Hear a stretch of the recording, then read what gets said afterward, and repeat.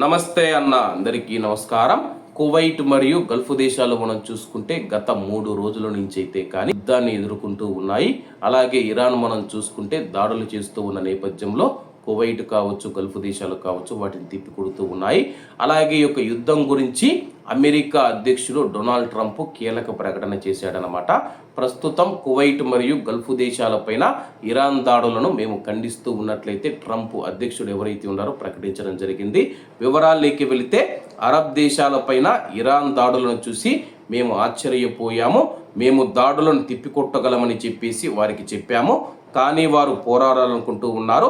అలాగే ఇప్పుడు చూసుకుంటే కువైట్ కానీ గల్ఫ్ దేశాలు కానీ వాటిని తిప్పి కొడుతూ ఉన్నాయని చెప్పేసి ఇరానియన్లు ఒక హోటల్ మరియు నివాస భవనాలపైన కాల్పులు జరిపారు.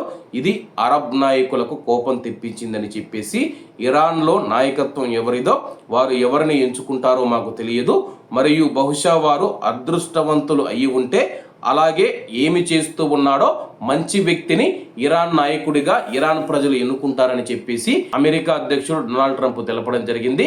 అలాగే మరొక వారం రోజుల పాటు ఇరాన్ పైన మా దాడులు మేము కొనసాగిస్తామని చెప్పేసి, ప్రస్తుతం మేము ఇరాన్ పైన దాడులు పూర్తి స్థాయిలో చేయలేదని చెప్పేసి, మేము పూర్తి స్థాయిలో యుద్ధానికి దిగితే కానీ ఇరాను నామరూపాలు లేకుండా పోతుందని చెప్పేసి, అంతలోపలే ఇరాన్ ప్రజలు మేల్కొని ఒక మంచి నాయకత్వాన్ని ఎన్నుకోవాల్సి ఉంటుంది.